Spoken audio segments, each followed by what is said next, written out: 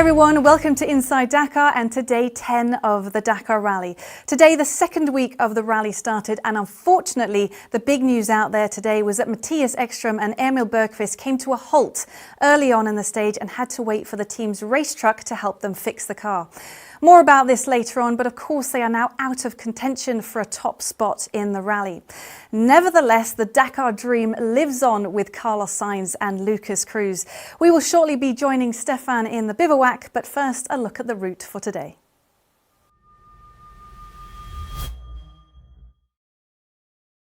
For the start of the second week, competitors leave the capital city Riyadh and make their way to Al Duwadimi.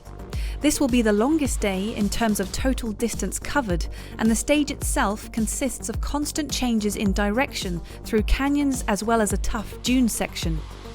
The day's total is 873 kilometres. A very long day out there for our crews, especially the crew of Mattias Ekström and Emil Bergqvist. We're going to head out now to the bivouac in Al Duwadimi and catch up with Stefan and find out how the team are doing. Yes, hi Molly, here we are in Al Duwadimi, the place where we've been at the second stage at the early beginning of the Rally Dakar 2024. We are back and we are standing here on the truck of Stefan Peter Hansen and Edouard Boulanger. And we have to talk a little bit about this day. It was a hard stage today. We have some problems, especially Mattias Ekström had some problems. Stefan Peter Hansen stopped over, tried to help him, but we are still in the lead. Carlos is the leader of the Rally Dakar. This is a positive news today, and we will talk with Carlos and with Stefan a little bit later. Stay tuned. Well, we do look forward to hearing from them, but first, let's have a look at the highlights from today.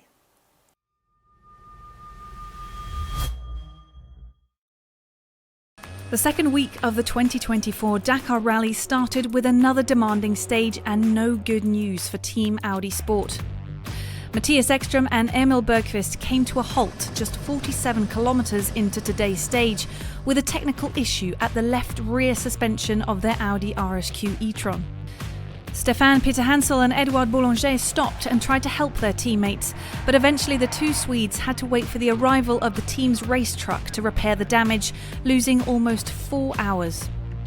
Carlos Sainz and Lucas Cruz defended their lead in the overall standings of the 2024 Dakar Rally despite a puncture and losing 10 minutes and 31 seconds to stage winner Sebastian Loeb. It was very tricky navigation, very difficult to find the way. We suffered quite a lot. We have to go back in a couple of places to find the waypoints, and I don't know, very difficult navigation for me. Then we have a slow puncher, we need to stop.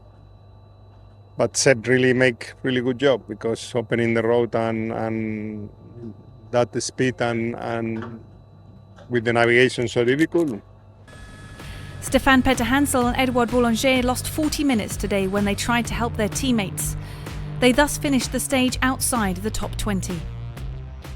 We start on the dirt this morning, and after I think 50 kilometers we start with Mattias to check if we can help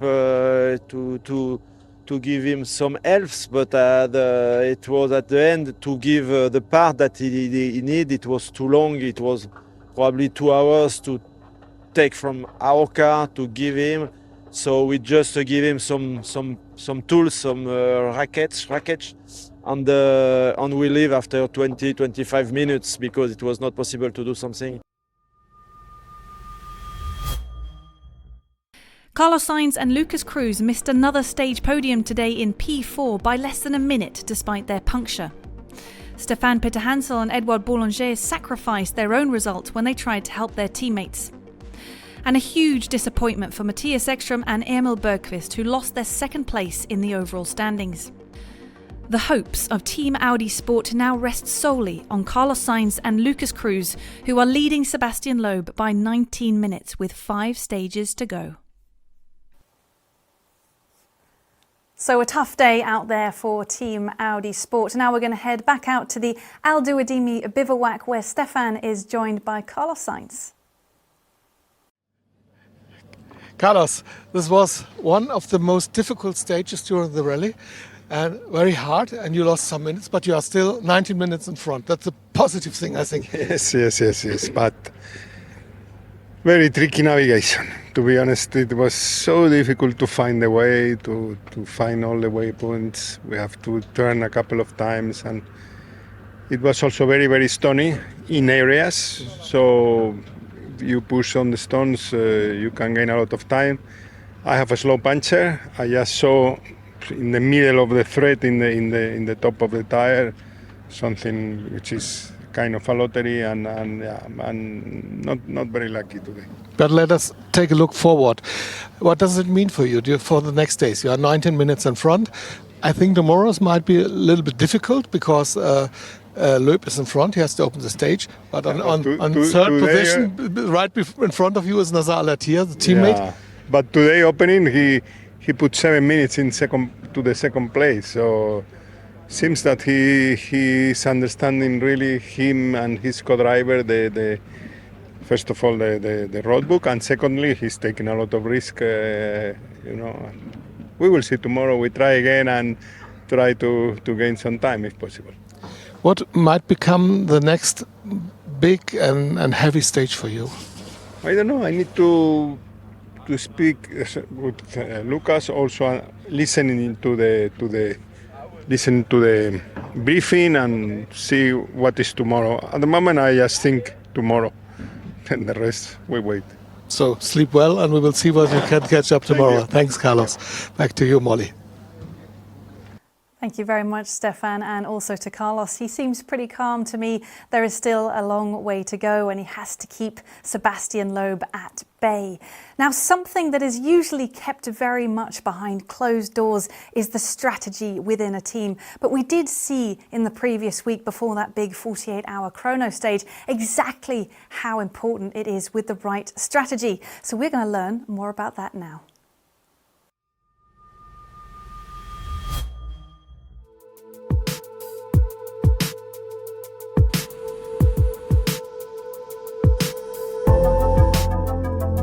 Strategy in Rally Dakar is one of the main priorities. You have to do quite a good strategy actually from the first day basically to the finish.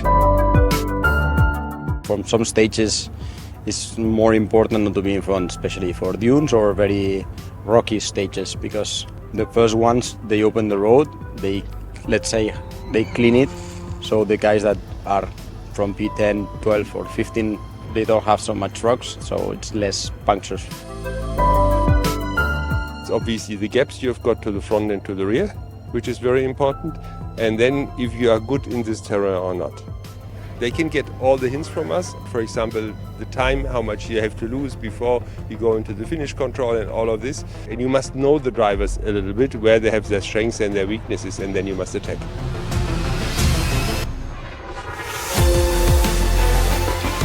You cannot report to them saying if the strategy is working or not working, so at the end it's a little bit of gambling, let's say.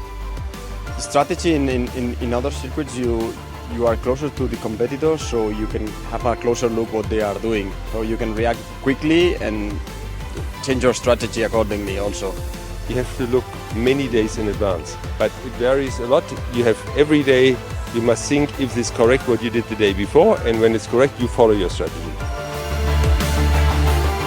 You must overcome your ego. Forget everybody else. I do my strategy, and if I'm slower in this case, it maybe is better.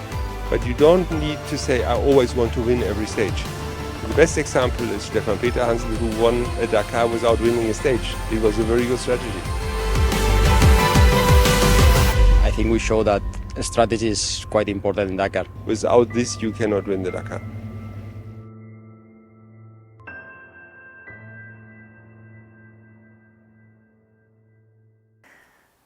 That is very true. Without a good strategy, you can't win the Dakar. It's time to go back out to the desert, to the bivouac, to Stefan, who'll be catching up with Stefan Peter Hansel and also answering some of your questions.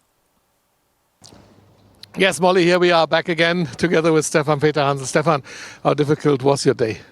Well, first of all, the stage was not an easy one. It was close to 500 kilometers, different kind of track, sandy track, canyon with a complicated navigation, rocky track, dunes also. And for us, it was not really good. We get a little bit lost at the beginning, but after that, we stopped for a few minutes with Eki. We tried to help him because he had a technical problem. This was one of the first questions of our viewers. How can you help the team in the position right now? It depends. For example, if they need a spare tire and we have again, we can give a spare tire and we can give some tools or some part that we can take also in our car. But today it was too complicated because of the part that Eki needs was too long to disassemble it for us and also for him to. So it was not possible to. Except I give him a ratchet and no more. Especially on these long stages, did you have any opportunities to stay fit? To stay? Fit during the... It was... At the end, I was a lot of time when we stopped with Eki. After I restart behind a lot of side-by-side. And on the dust, I was not able to catch the guys, so I was not fast. But due to my speed really slow, I was not really tired at the end of the stage. This is the next question. When you're coming out of the stage, you must be full of adrenaline. You are completely on fire. How difficult is it to come down to sleep during the night? Alors, sure, you are right. After a long day, a lot of action, it's really difficult to be quiet. But for me, the best thing is go to the osteopath, Uli. We have a really good osteopath. And for me, he did always sacrocranial. So, end on the brain, on the head, and he tried to reduce the pressure on everything in the brain. So this is... After that, normally I'm really ready to sleep like a baby. Did you sleep under his hands or later in the bed? Sorry, Did you sleep under his hands or later in the bed? No. But we are really lucky because at the end, for some driver or co-pilot, it's more the back. They need a massage on the back for the muscle. But for me, it's always more interesting to work on the brain. Okay, let's go to the physio and we're looking at the next stage tomorrow with you. Thank you. Thanks, and back to you, Molly. Thank you very much to Stefan and Stefan. And that was really interesting, wasn't it? Stefan Peter Hansel, after he's driven a long stage, the most important thing for him is work on the brain. Now, the sporting regulations for the Dakar Rally, they are long. And so let's give you a summary of the most important things that you can and can't do.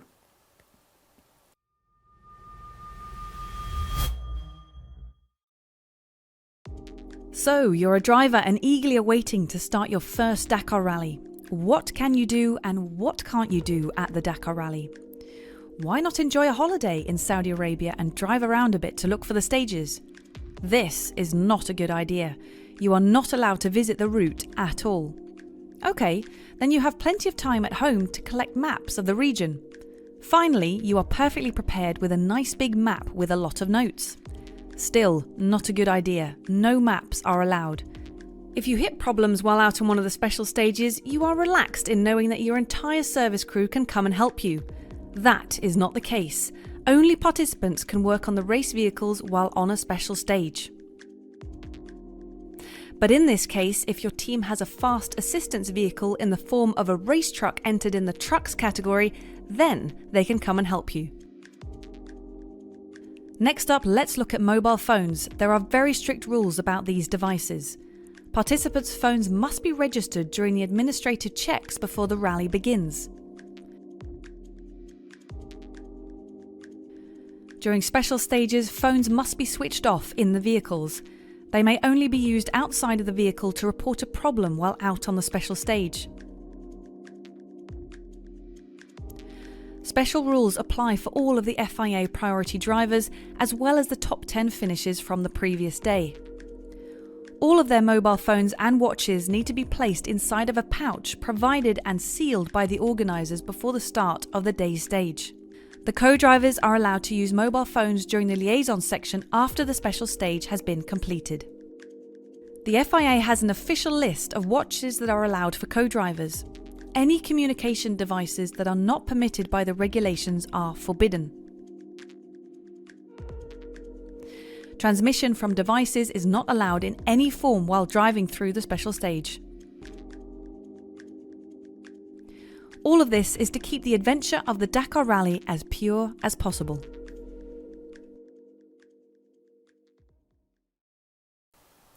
Well, I bet you learned something new there. Well, as the Dakar leader said a little bit earlier on, he takes stage by stage. So let's have a look at the next one. Tomorrow the crews will head further north towards Hail. It will be a special stage of big contrast as the stage opens fairly comfortably on sand, but the challenge will suddenly intensify as the terrain becomes more rocky and rugged. It will be about keeping a cool head and avoiding punctures. The special stage is 458 kilometres and the day's total is 678 kilometres. Well, let's hope that Carlos Sainz and Lucas Cruz can prevail on tomorrow's stage and stay in the lead. All the team's hope lie with them. Thank you so much for watching today. Keep those questions coming in and we'll be back with more tomorrow.